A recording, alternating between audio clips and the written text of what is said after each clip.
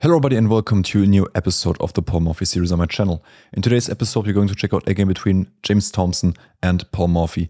And as you can already see, this game is somewhat special to what we usually see on this channel, as Paul Morphy is playing with the black pieces against Thompson. This game is from the first American Chess Congress and it was played in New York in USA from the year of 1857, played on the 8th of October. So let's just check out the game and see what Paul Morphy cooks up with the black pieces. You know, usually with the white pieces he goes for his Evans Gambit, but I think we can also appreciate his versatility in the black, and in his black repertoire as well. So the game starts over the move e4, and then we have the move e5, so everything's quite standard. Knight f3, knight c6, and bishop to c4.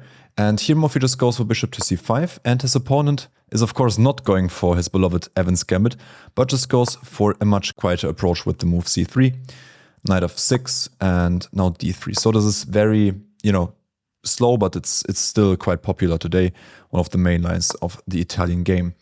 d6, h3, just preventing the bishop g4 idea in the future. So we have bishop to e6, and now bishop e3. So if black should capture, we can always recapture and open up this lovely rook. So we have to move d5, just taking more space in the center, and we have e takes d5, bishop takes d5, and now castles and castles. So this is all pretty standard, pretty usual moves in Italian. Bishop to g5, just pinning this knight. So we have bishop takes b3, a takes b3, and now the move h6, challenging the bishop.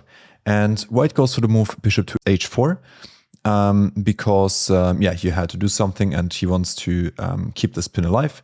And Morphy just goes for a very aggressive approach with the move g5, attacking the bishop. And here, my first instinct was to check if this, sacrifice on g5 works with knight takes g5, but as the double question marks indicate, it doesn't really work. You get 2 pawns for your piece, but black can just unpin, and the knight is now mobile again. And you have no concrete follow-up. You're completely underdeveloped and there is no way to get the queen involved. It would just get taken away. And you don't even have like a perpetual check because, for example, if you take queen takes, you don't even get access to the king because the queen can always lay it over and there is nothing you can do there. So this sacrifice is not working. So instead, Thompson goes for bishop to g3 instead. Now we have the move e4. Morphy is opening up the center, and white has a couple of good moves here. Thompson went for knight e4, but I wondered what would happen if you just take the pawn, and that's not a great approach because then knight e4 comes and there's a great amount of pressure on on the white's position, and for example something like bishop to h2 is not really working because you can just take here and. I mean, that's just brutal. If you take, then of course your queen is hanging, so you would have to go with king to h1, and that's not obviously what you want. So taking is not good. White went for knight to e5, and now we have the moves knight takes e5, bishop takes e5, attacking the knight, and Morphy just went for e takes d3, and here Thompson went for bishop takes f6. It would have been better to just go for queen f3. This pawn is not running away anytime soon, and it's better to just increase the pressure on the knight, but this is just a minor accuracy. Morphy, of course, takes back with the queen f6, and now queen takes d3, regaining material balance.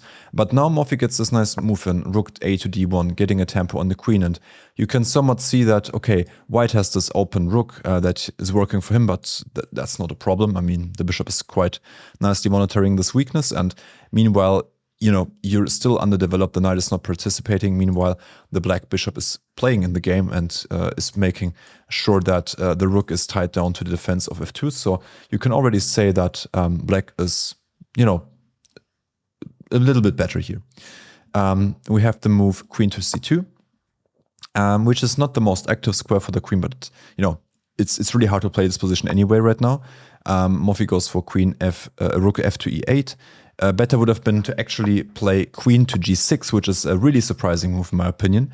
You're just offering up a queen trade, and this is really bad for white if he would accept it, because you're getting rook to d2, and this pressure on the f2 pawn is not handleable for white in this position. So you can't accept the queen trade. But okay, we get rook f2 e8. And now this move b4, just attacking the bishop to b6, just keeping an eye on the pawn. And now we have knight to a3.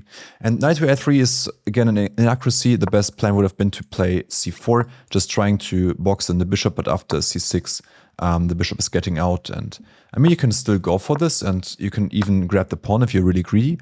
But there's actually the surprising g4 in the position, and there's a lot going on the king's side. Meanwhile, as I said, this knight is still not participating, and it's very, very hard to play this position. Okay, knight f3, just developing the knight, and now Morphy goes for queen f4, and this is of course, setting up some future battery maybe, that's just a nice positional move in my opinion. Now rook to d1, you have to also make sure that no rook d2 is coming in the future, so this is why this is a great defensive move.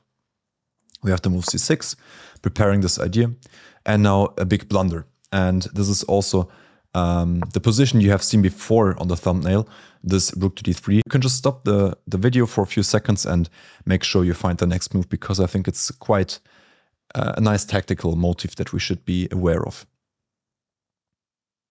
So yeah, of course, the move is bishop takes f2 with check, and this gets a brilliancy because, I mean, you're having this square twice under control, but you know, you're just sacrificing anyway. So why is this sacrifice working? Well, let's just go for the obvious one. If you take with the rook, then you get rook to e1 check, and the king has no hiding square because the queen is taking, you know, this square under control. And after rook to f1, of course, you're getting mated in one. This rook. This move. I almost messed it up here because here you're getting actually out of it. But this is still mate in 5. But yeah, okay, forgive me. Then the second one, what happens if queen takes? Then you can just go into this endgame. Queen takes, rook takes, and at the end, your rook is saying you can even like, play one more check in and hope that they go for rook f1 takes, and then you're having an even like cleaner winning endgame with a version like that. So this is why this is working. So you're forced to go with king h1 in this position, but now it's quite clearly that something went wrong for white in this position. We get the move rook takes d3, queen takes d3, and now Morphy played this move rook to e3, attacking the queen, and maybe also setting up some sacrifices in the future. Thompson went for the move queen to d8, and we have king to g7. And now Thompson forces a queen trade with queen d4 on the queen. So we have queen takes d4, c takes d4, and now the move rook to e2, just defending the bishop and making some good work on white's pawns here on the second rank. Now Thompson went for the move knight to c4. You have to defend somehow. And now Morphy goes for a very cool approach, in my opinion. He just goes for the endgame. He plays rook to e1. And his argument is that after rook takes e1, because you have to trade bishop takes e1, that this endgame is winning for him. First of all, he is, of course, correct because he's Paul Morphy. Second of all, he is just really better in this position. Although he just has one more pawn than his opponent, the position just plays itself because, as you can see, white has a lot of weaknesses on the dark squares, and we have a dark square bishop, so that's pretty cool.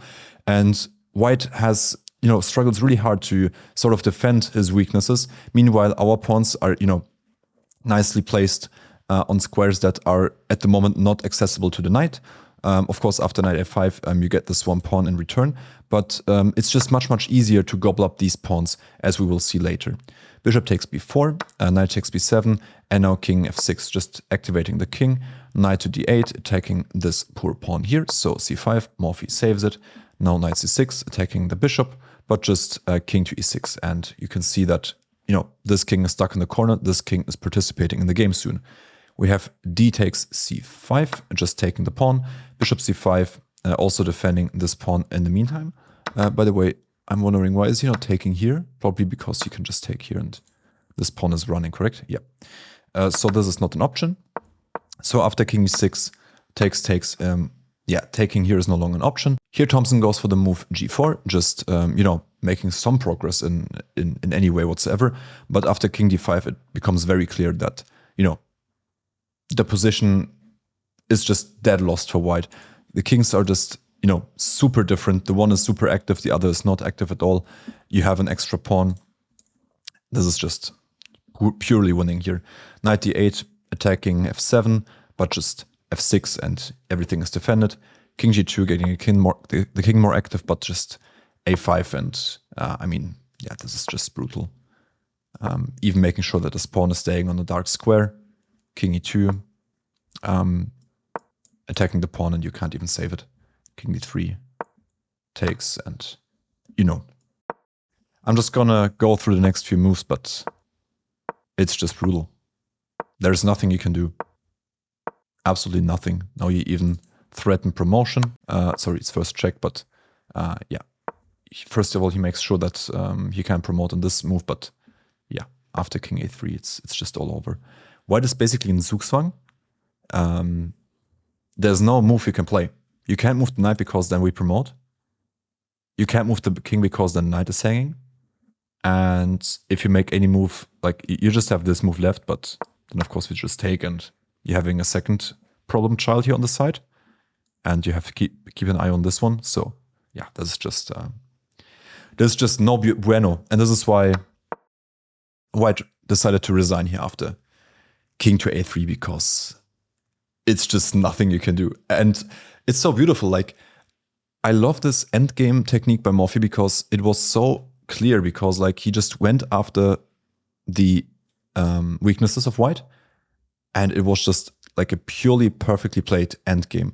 Defending your weaknesses, going after the enemy's weaknesses, making sure you're not like, blundering any knight fork, and then just go for the endgame and, create more problems than your opponent can handle. And eventually they will get into Zugzwang. And this is what happened here.